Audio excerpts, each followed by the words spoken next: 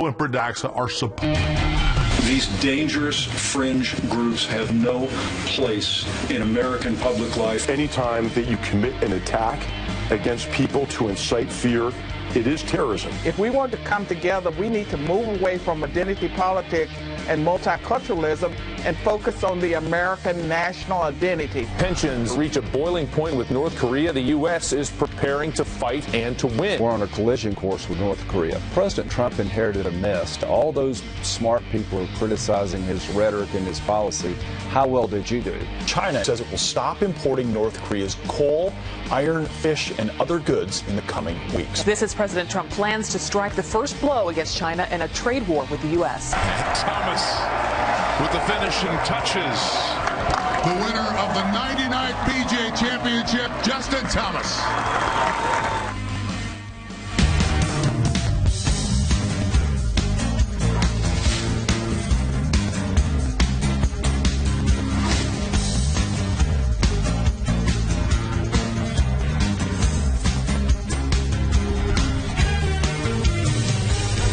Control room deep in the heart of this building. And you know what? One of the guys in the back row is celebrating a birthday today. I think Let's that's see true. if Which one? There he is. Brian Michael Tully, that man right there. Happy birthday, Tully. Birthday. You're working on your birthday. He was working over the weekend. He's working on his birthday. He'll get maybe more than coal. So Brian Tully's the one that's in our ear most of the morning. He's wonderful, and they keep us going through the hours. Motivated. They do help us. And informed at times. Remember, you should be saying this. Exactly. Running out of time. It's like the 24 show. Remember, you're running out of time. Yeah, that's right. You're running out of time. Wrap. Anyway, happy birthday, Brian Tully. Yes. Well, happy Monday morning to all of you. We are happy to be with you. Pete and I will be with you all week, unfortunately for you, Steve. But we are happy to be with you. Better for worse. That's right. Brian and Ainsley are on holiday for the whole week separately. We're going to have the two of you here through Friday, and then 2 more days after that. That's right. So you're going to work like 10 straight. That's right. Good thing we like Why each other, not? Pete. Yeah, it's true. We're friends. All right, we do have a lot of news to get to this morning. Now, we want to start with the Fox News alert and tensions nationwide reaching a fever pitch following Charlottesville's deadly rally on Saturday. Anti-protesters turning Washington State's peaceful freedom rally into chaos, clashing with cops on the streets in Seattle. Some of them sprayed the police officers with silly string. The protesters seen armed with axe handles and some carrying 2x4s, taunting police, hoping to incite violence. Officers in riot gear forced to use pepper spray and flashbang grenades to keep the anti-protesters separated.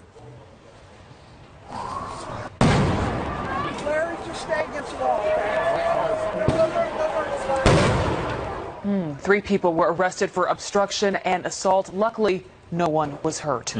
Continue.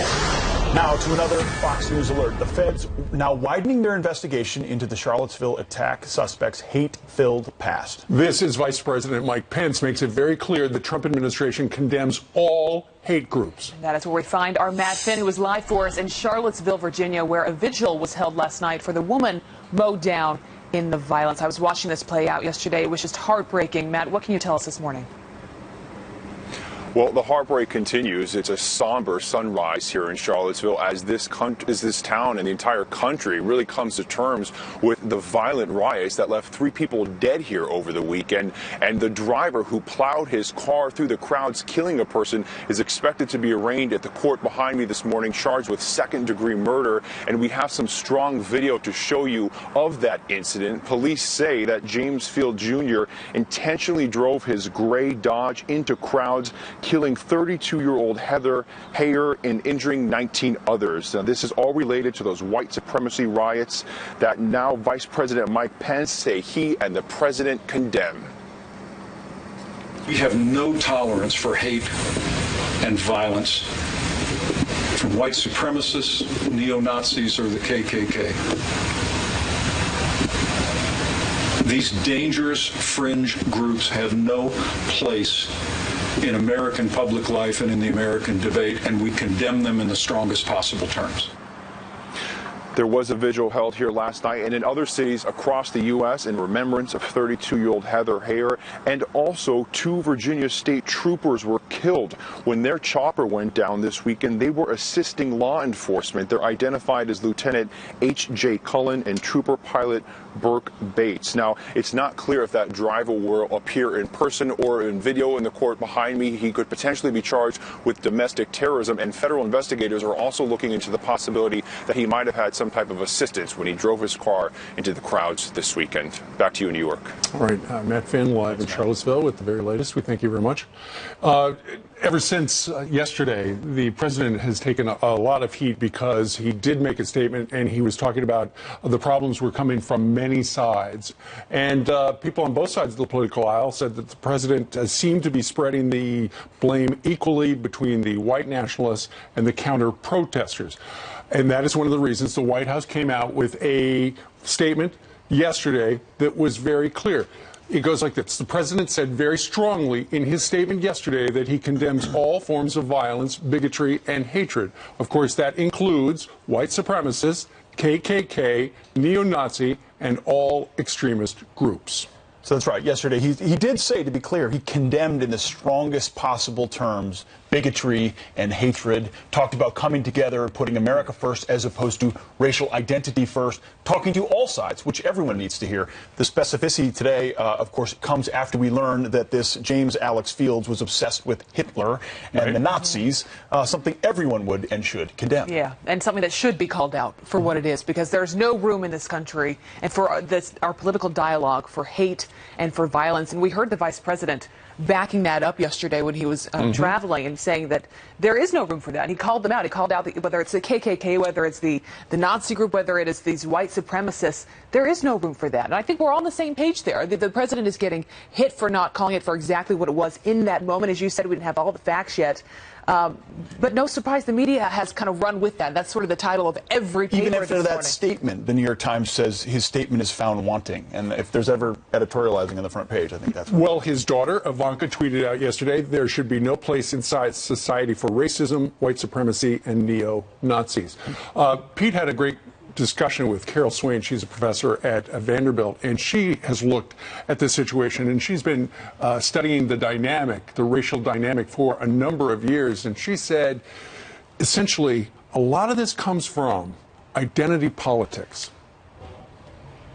It's coming out and denouncing white supremacy and painting everyone with the same broad brush does not solve the problem. There are black nationalists, there are white nationalists, there are Hispanic nationalists, and so we can't say it's just one group. So the president was correct when he said that there were many forces involved. If we want to come together, we need to move away from identity politics and multiculturalism and focus on the American national identity. That's the only way we're going to be able to get beyond this. She went on to say we just have to have mature, non-politically correct, honest conversations about grievances and sets, and calling out the hate-filled rhetoric on either side, but honestly saying, hey, we disagree on some things, but we should be able to come together about this country. There are different groups involved, and I think she was right when she said we've got to be careful when we lump people together, whether it's, assuming that everyone's a part of one political group or one affiliation. You think about this, I call him a domestic terrorist. I mean, the guy that rammed that car in and killed that woman, injuring 19 people. I mean, he was apparently a part of a neo-Nazi organization. He did not represent necessarily everyone that was on the ground there that day. I don't stand by any of it. President Trump, who they try to tie it to, which is just... President Trump has been up and tweeting this morning already. He said he's heading back to Washington, D.C. to work on trade in the military. He will have a press conference with the press pool at 3 o'clock this afternoon after spending about 8 hours in the White House, where they're putting a fresh coat of paint on things and some new carpet as well. And some new air conditioning. Indeed. Look for him to say more, not only about trade and the military, but about what happened over the weekend in Virginia. Yeah. Also, I'm sure a lot about North Korea, because everyone's eyes and ears are still on what's going to happen with North Korea. The president's rhetoric has been quite tough, tougher than we've really seen in recent years against North Korea, against China. And Lindsey Graham was on Fox News Sunday yesterday, and he was actually praising the president for this tough rhetoric. And he said, how well did we do when we didn't have this tough rhetoric? Here's what he said. I don't think there's an military action is imminent, but we're on a collision course with North Korea. President Trump inherited a mess. All those smart people are criticizing his rhetoric and his policy. How well did you do? Yeah, it's a great question on both the left and the right, previous administrations. North Korea also recalling its ambassadors. I didn't know North Korea had at least effective ambassadors to Russia, China, and the UN. And we're also seeing China putting some new screws to North Korea, likely as a result of tough talk and behind-the-scenes action. Well, and it sounds like the president is going to be putting the screws to China later today, because the press availability at 3 o'clock is to talk about trade. He's going to be signing a memo to do as much as the United States can to essentially, while China in public says, yeah, we're helping you out, well, now going to get a little slap on the wrist. Well, he tried the Mr. Nice Guy approach. He tried the carrot and said, hey, if we want to avoid this trade stuff, help us out with North Korea. Well, they didn't. Now they might, but he's still saying, hey, we're going to double down and force you to do that because your interests don't align with ours nicely. Well, they better, or things less carrot today, more stick. You know, it's so interesting because we hear from many in the media and in politics, many on the left, saying that his rhetoric is too tough, that this is inciting violence. But you talk to the American people and you look at poll after poll, and I think a major majority of this country feels like we have not been tough enough. We are not doing enough when it comes to dealing with North Korea, when it comes to dealing with China. So there really is a disconnect today in this country, the discourse and how people are really feeling about this. We had Scott Rasmussen on earlier. His poll, President Trump's poll numbers up. A lot of people believe in response to that tough talk. All right, honestly. So it is now 7-11 here in New York City, and Jillian's got some Morning, Jillian. That's right. Good Monday morning to you at home as well. We do begin with a Fox News alert. A manhunt is intensifying for the gunman who killed 3 people at a racetrack in Wisconsin. Police say the victims were shot at point-blank range near a food vendor at the Great Lakes Dragway south of Milwaukee. Police don't know what happened before the shooting. Nearly 5,000 people were at the drag racing event. No one else was hurt. 2 American soldiers are dead, killed while fighting in Iraq. U.S. military officials say the service members died during combat training operations and not by enemy contact. 5 others hurt in the incident. None of the soldiers have been identified. More than a dozen illegal immigrants found locked inside of a sweltering truck near the U.S. border with Mexico. A relative of someone inside the trailer tipping off police, leading them to a truck stop in Edinburgh, Texas. Police say the 17 immigrants were likely locked inside for 8 or 9 hours. No one, though, seriously hurt. This comes less than a month after 10 illegal immigrants were found dead in a tractor trailer in San Antonio, Texas. And in just a few hours, SpaceX will blast off towards the International Space Station. 3, 2, 1. And Lift off. The SpaceX Falcon 9 rocket will send 6,000 pounds of supplies and cargo to the ISS. That includes a supercomputer designed to withstand outer space. The launch is scheduled for 12:31 this afternoon at Kennedy Space Center in Florida. So look at your headlines as I send it back to you guys. Jillian, shouldn't they already have a computer up there to withstand outer space? You would think, but this one is really going to withstand outer space. Thank you very much. Thanks. All right, well, we showed you this shocking video on Friday. A police officer shot at point-blank range. Take your hands out your pocket! Take your hands out your pocket! Shoot forward! Wow, that officer survived to tell his story and will join us live in a few minutes. And the mainstream media blaming right-wing rhetoric for the hate-fueled attack in Charlottesville. Conservative filmmaker Dinesh D'Souza says it's actually the radical left fueling the divide. He will explain that point of view next. Mainstream media quick to blame right-wing rhetoric for Saturday's hate-fueled attacks in the state of Virginia. But our next guest claims it's the racial politics on the left actually fueling this divide. Here to weigh in, author of New York Times bestseller The Big Lie, Dinesh D'Souza. Dinesh, good to have you with us. Good to be here. So you say there's something else going on here. Walk us through this. Well, the media is drawing the lesson from Charlottesville that Trump's hateful rhetoric, his racist rhetoric, is partly responsible for this. And Trump is accused of being like Hitler, making a kind of a racist attack on immigrants. Now, the key point is that for Trump, the distinction is between legal immigrants and illegals. And this is not a racial distinction at all. Remember, the vast majority of legal immigrants to America today are non-white. They come from Asia, they come from Africa, from South America. Trump has never said, not even implied, that he wants to see legal immigration be more white. He wants to see more people, for example, come from England and Australia, and fewer people come, so let's say, for example, from India. Trump has never said that. On the other side of the aisle, if you think of Hitler, Hitler wasn't even talking about immigrants. The Jews in Germany were German citizens. And so for Hitler, the distinction was inside of Germany between what he considered to be the superior Nordics and the sort of inferior Jews. And so there's simply no valid analogy here between Trump and Hitler on this racial point at all. Dinesh, a lot of his critics will also say that when he talks about America first or Americanism, that's a dog whistle for white nationalism. What he really means is white people. What's your take on that?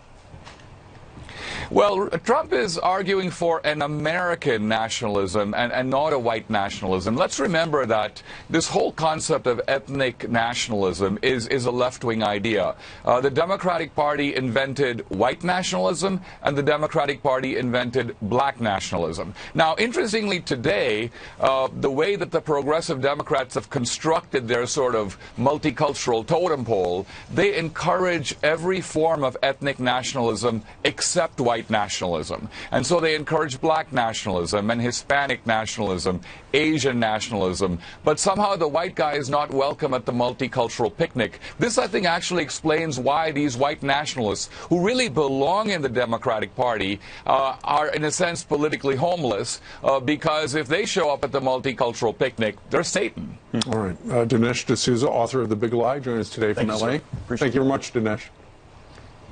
My pleasure. Thanks, Dinesh. All right, up next, a police officer shot at point-blank range joins us live with his incredible story of survival. Take your hands out your pocket! Take your hands out your pocket! Shoot forward!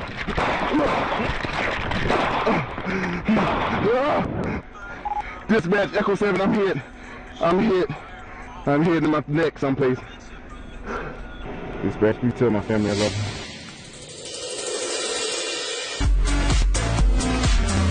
Welcome back to Fox and Friends. Time for News by the Numbers French edition. First, 60%. That's the increase in radicalized individuals living in France over the last 2 years. The French government is currently tracking around 19,000 people with alleged ties to radical Islamic terror groups. Next, 133%. That's the increase in children being admitted to the emergency room for marijuana intoxication. The numbers from a study in France where marijuana is legal. Really nailing it over there in France right now. And finally, 100%, a survey finding every top school bus contractor in the U.S. is experiencing a driver shortage. 22% of those companies classify the problem as severe. So if you're out of a job, drive a bus. Why not? Abby, down to you. Thank you, Pete. All right, a police officer shot at point-blank range, and he survives. South Carolina officer Quincy Smith was wearing his own body camera at the time of the shooting and captured everything from the moment that he was hit until the ambulance arrived. And the message to his family in what he thought was his last breath will give you chills. We want to warn you, some might find this video disturbing. Nonetheless, here it is. Take your hands out your pocket! Take your hands out your pocket! Shoot forward!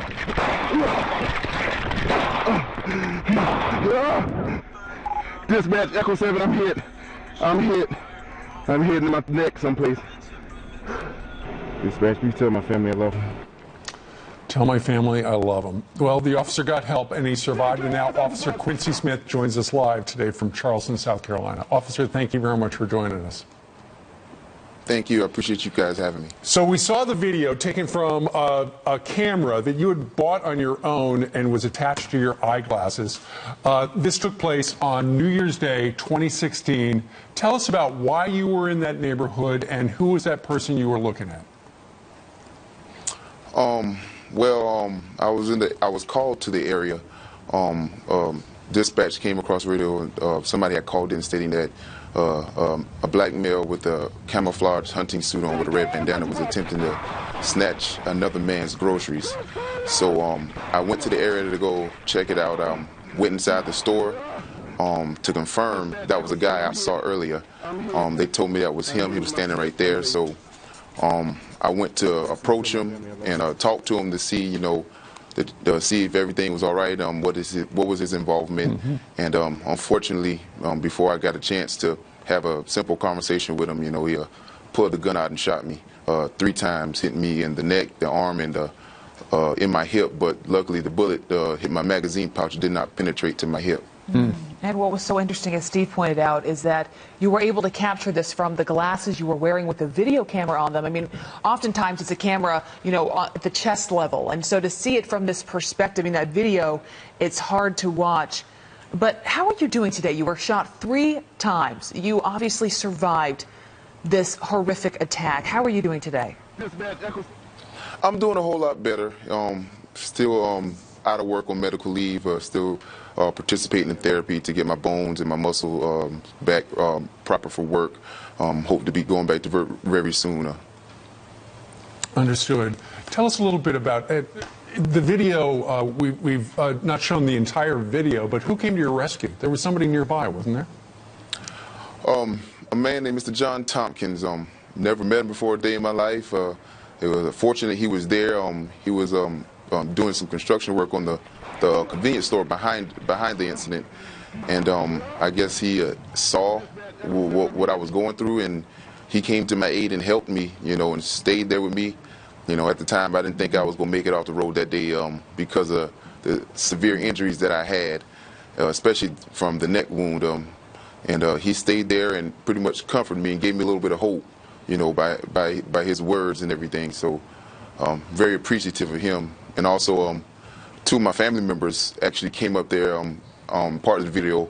You could hear one of them yelling and screaming, and one of them praying for me on the side of the road, saying I will live and not die. So with those words and prayers that they have given me, and you know, I'm just grateful for them.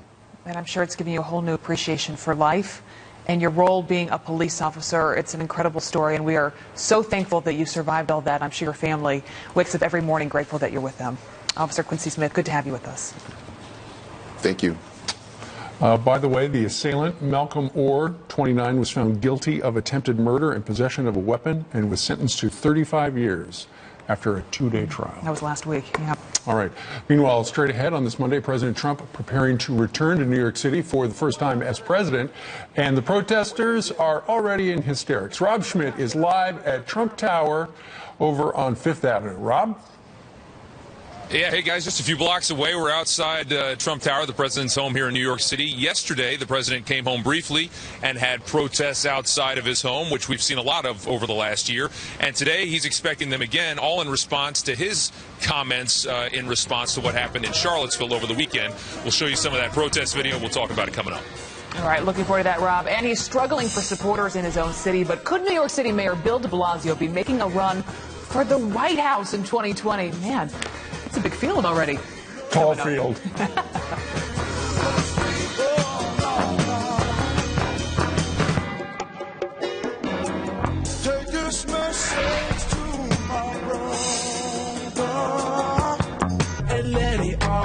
Well, today more protesters are expected to greet President Trump as he returns to New York City for the first time since taking office as president. And hundreds of demonstrators giving a preview of what to expect, flooding the streets outside of Trump Tower this weekend, angry over his response to the deadly Charlottesville rally. Our own Rob Schmidt is live outside, just a couple blocks down the street, outside of Trump Tower, with the latest. Good morning, Rob. Hey guys, yeah, we've seen a lot of protests here outside of Trump Tower over the last year, that's for sure, and we saw another one yesterday. We're going to likely see another one here today. Right now it's 7:30 in the morning here on the East Coast. A little early for protesters. There's nobody out here right now, but you can see the barricades are up behind me outside of Trump Tower here, and all this in response to the way the president responded to what happened in Charlottesville, Virginia over the weekend, and that car plowing into a number of people there who were actually going against well, it was a protest and anti-protesters, stuff like that. You heard the chants yesterday. Let's pull up some of the video. No Trump, no KK, no fascist USA. We've heard these chants before in protests here outside of Trump Tower. The president's initial response condemning violence on all sides, not singling out white supremacy angered a lot of people on the left. Instead, he went to call out and condemn extremism on both sides of the aisle. We've seen a lot of extremism and a lot of violence from the left, on the far left, and now we've seen it from the far right. He put it all together, and a lot of people didn't like that. The president right now heading to Washington actually to discuss and talk a lot about China, work a lot on that and issues he has with China, which actually gave him a big gift this morning in announcing that they are no longer going to be buying coal from North Korea, and that's something the president's been pushing hard for. And then he'll be heading back here into the city today, where he'll likely be met with a few hundred protesters yet again, which will snarl traffic here in Midtown, and we'll see the same thing that we saw yesterday, guys. We'll send it back to you. And then, Rob, how many days will he be here in New York City messing up traffic, just out of curiosity? Yeah, for all of our sakes. For selfish reasons, I'm sure. Yeah, no, he might just be here today. I think he's been spending the majority of time in Bedminster, New Jersey, out at the golf course, because he says he doesn't like to screw up the city so much. He knows what a pain it is for Manhattan when he comes into town, as it is with every president. I remember when Obama would come into New York, and it would just be a nightmare to get around if you were driving. So it should just be for the afternoon. But I can't honestly tell you. He might spend the night here. He might call an audible. We don't know. You don't indeed. All right. Stay on it, Rob. Keep us posted. Thank you, sir. It's the dog days of summer, but boy, there is a lot going on. Jillian's with us for some other headlines we're following. That's right. Good Monday morning. Let's get you caught up on what you need to know or maybe want to know before you leave the house, including this. Tom Cruise's mission, incomplete. The superstar tries and fails at his own stunts. Take a look at this video. You can see Cruise crashing into a building while filming Mission Impossible 6 in London. The actor then seen limping after the jump. No word on the extent of his injuries. The 55-year-old is known for doing his own action stunts for movies. One of President Trump's biggest critics could have his eyes on the White House. The New York Post reports New York City Mayor Bill de Blasio may run for president in 2020. The Post says de Blasio is confident he'll win re-election for mayor next year and will try to convince progressives that he's a better option than Elizabeth Warren or Bernie Sanders. New York Governor Andrew Cuomo is also widely rumored to run in 2020. A task force wants to spend nearly $500,000 taxpayer dollars to keep illegal immigrants in the U.S. The group is asking the city of Tacoma, Washington, to consider setting aside $440,000 to help illegals at a detention center fight deportations. City council officials say they are receptive to the idea. So look at your headlines on this Monday as I send it back to you guys. All right, studio, thank you very much. Over here. Right. Meanwhile, it's kind of a outside. It's a little bit of a gray day. Adam Klotz is on the streets of New York City, where he's going to give us our Foxcast. Hey there, guys. Yeah, Steve, it's a little overcast out here, but the weather hasn't been too bad. You guys enjoying the New York City weather? Oh, yeah. Where you guys come from? Minnesota. Minnesota, but you're having a good trip here? Yeah, it's been great.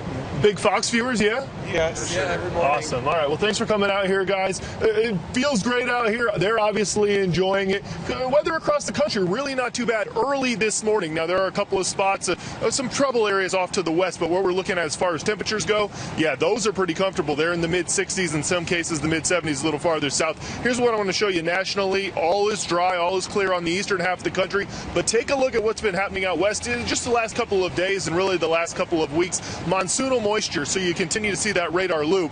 And in the afternoon hours, we get heavy downpours. There's been some flooding, some flash flooding out that way, guys. Could happen again this afternoon. That's something we're certainly going to be paying very close attention to. But again, all is well out here for the East Coast, and things will continue to look good, guys. Adam, thank you very much. Yeah, I got you. So some widely scattered showers across the country, but it has been kind of a weird temperature-wise summer for the Northeast. I cannot remember such mild temperatures in August. It was beautiful. We had like 5 really hot days, and that was it. Now it feels like we're getting into the fall. I blame global climate change. You would. I do. Of course, you go there. We're talking about the weather. Yeah, that's all. Oh, it's pretty outside. I can't resist. All right, coming up, Iran votes to increase spending on missiles. Was this part of an awesome deal we signed? That awesome Iran deal? Well, a former member of President Obama's State Department will be here live to discuss. And was it a riot or was it just a revolt? It depends on the politician and whether or not they need your vote. David Webb will explain what we're talking about right there, with some hypocrisy coming up next. 7:42 in New York City now. Time for some quick headlines on this Monday morning. A man falls into a sinkhole and gets trapped 8 feet underground. Look at this. That's my husband. I'm not going nowhere. I'm going to tell y'all now. I just drank mud and ate a lot of stuff last night. It was an uncomfortable situation. No kidding. Philadelphia firefighters pulling the man to safety. The guy said the asphalt gave out from underneath him as he tried to put safety cones around a hole in the middle of the street. He was not, thankfully, seriously hurt. Can you spot this hidden danger inside the baby's nursery? It's a poisonous snake. Picture out of Australia going viral because it's so hard to see the green snake. Thankfully, the baby not hurt.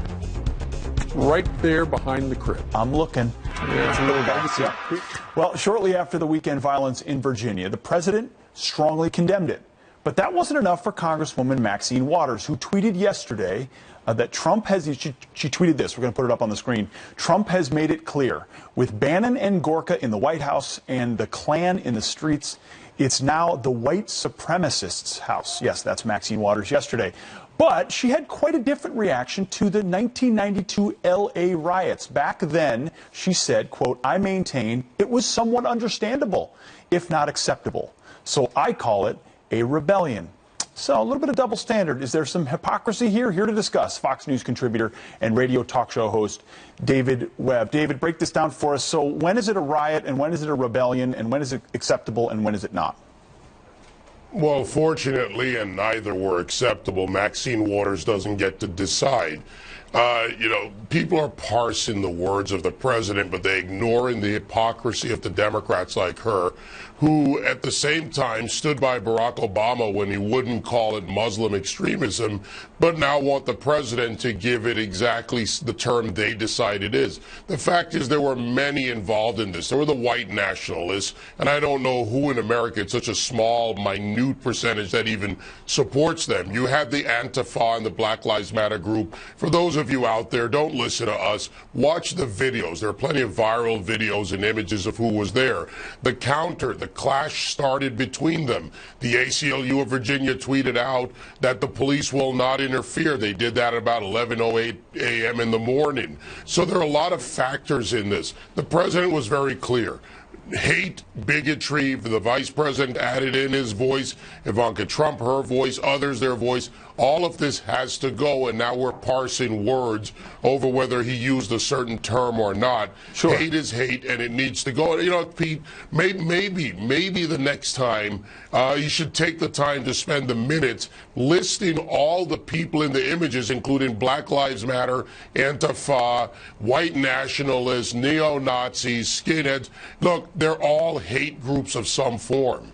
Is there anything this president could have said? He came out and said, I condemn all sides in the strongest possible terms, hatred and bigotry. Yesterday, a statement came out specifically talking about neo-Nazis, the KKK, white nationalists. Yet still, the New York Times this morning says the response is found wanting. Anything he could say? Yeah, frankly, just ignore what's being written and what's being said and look at the actions being taken. The Attorney General is now involved and DOJ is involved. They're looking into this as a hate crime. More needs to be done to investigate this young murderer and those around him. There are reports that he may have had some others involved. We don't know. Let them do their jobs. The actions matter over the words. These are groups that, frankly, we wish didn't exist. But here's an odd thing. They both have their First Amendment rights. Hate speech is protected speech. Political speech is protected, even when it's hateful. But the violence is not. And I would also look into the violence and see why and how the police were given whatever orders to, as the ACLU of Virginia tweeted out, not get involved in their clash when it began to happen. Yeah, it's also not legal to riot and loot as happened in 1992, which for some reason Maxine Waters thought then was acceptable. It seems to me to be quite a double standard. Yeah, there's not only a double standard, there's a failure to set standards for behavior. Had there been peaceful counter-protests by concerned citizens, and there were concerned citizens there in Charlottesville, they stand like we all do against the neo-Nazis, the white nationalists. Had it been peaceful, this would have been a different event. There may not have even been a White House response at that point because the white nationalists would have marched. They would have gone on their way unless they started something. But this didn't begin on its own. It began on and continued on both sides. It should be condemned. It has been condemned. But now let's make sure that it doesn't happen again by having proper policing, by having the police not basically backing off when there's a clash underway. Yeah, even the New York By Times. the way, not blaming them, but they need to also be involved in this. Well, that's true. The New York Times even acknowledging this morning that the police presence could have been lax and likely was. So, David Webb, thanks for your insight this morning. Appreciate it. Thanks, Pete. All right, up next, Elizabeth Warren riles up Democrats, saying, forget the moderates, we should move even further left. Is this the beginning of a 2020 campaign? That's next. But first, on this day in 1966, the first U.S. lunar orbiter began orbiting the moon. Welcome back to Fox and Friends, 8 minutes before the top of the hour. Ever since Hillary Clinton lost the presidency back in November, the Democrats have tried to figure out what their message is going to be. And so far, it sounds like, unlike in the past where they have concentrated on social issues, what they're going to do is pay more attention to bread and butter issues. That's what some of the leaders are trying to do. Things like that. But then you've got Elizabeth Warren, who says, hold on, everybody, I've got an idea. Yeah, exactly. Well, she said she's not going to run in 2020, but she's been out there saying, we are the heart and the soul, the brand that I represent. Because you think of her as more of the extreme end of the Democratic Party. She says, we are the heart and soul of the party, really taking a hit at the Clintons. Take a look at this. The Democratic Party isn't going back to the days of welfare reform and the crime bill. It is not going to happen. We are not the gate crashers of today's Democratic Party. We are not a wing of today's Democratic Party. We are the heart and soul of the Democratic Party. We're going to be the people who lead the Democratic Party back from the wilderness and lead our country out of this dark time. Then we can't waste energy arguing about whose issue matters more and who in our alliance should be voted off the island. So she gave those remarks at Netroots Nation, which is dubs itself the largest annual conference for progressives. Sure. Well, and clearly she was taking a shot at the Clintons, at Hillary and Bill Clinton, when she was talking about we're not going back to the days of the welfare reform, which Bill Clinton entered into an agreement with the Republican crime bill. And the crime bill as well. We're not going back to those days when we met in the middle. We're going to continue to stay on the progressive left. I think that's a good thing, though, for the party to move on from the Clintons, because that has been a struggle they've had. I mean, you look at Hillary Clinton and the last election, how she really struggled to connect with the American people. She didn't have the right messaging. And so whether or not it moves more progressive, I think the party will continue to move more progressive, but I think they do need to leave behind the Clintons. Well, yeah, but you asked the right question. You move on from the Clintons, and where do you move to? House Democrats have attempted to talk about a better deal. Right. Well, basically mimicking the president's pro-jobs message, but they're mimicking something that's already being successful as jobs are coming back and our economy is improving. Or are they going to go far, far left, led by Elizabeth Warren? Basically, she's trying to capture the Bernie Sanders folks who still don't feel like they're at home in the Democratic Party. But how do you win those voters in Ohio and Pennsylvania with Elizabeth Warren?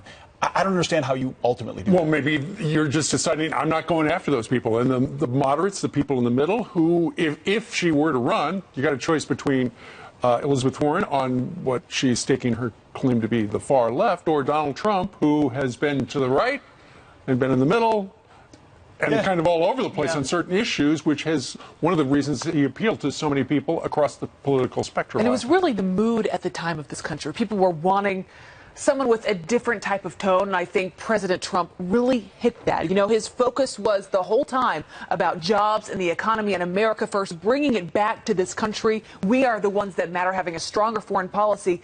That was the mood at the time, and it will be interesting to see where the country goes, where it will be in 4 years. The economy is always the top of the list. So if the economy is still doing well, Democrats, no matter what their message is, they're going to have a real problem. But wouldn't a Trump-Warren matchup be a barn? Oh, my goodness. Oh, you thought you were imagine Trump or something? We know what his nickname is for. I'm sure that would come out again. Do you think? Spades, maybe. All right.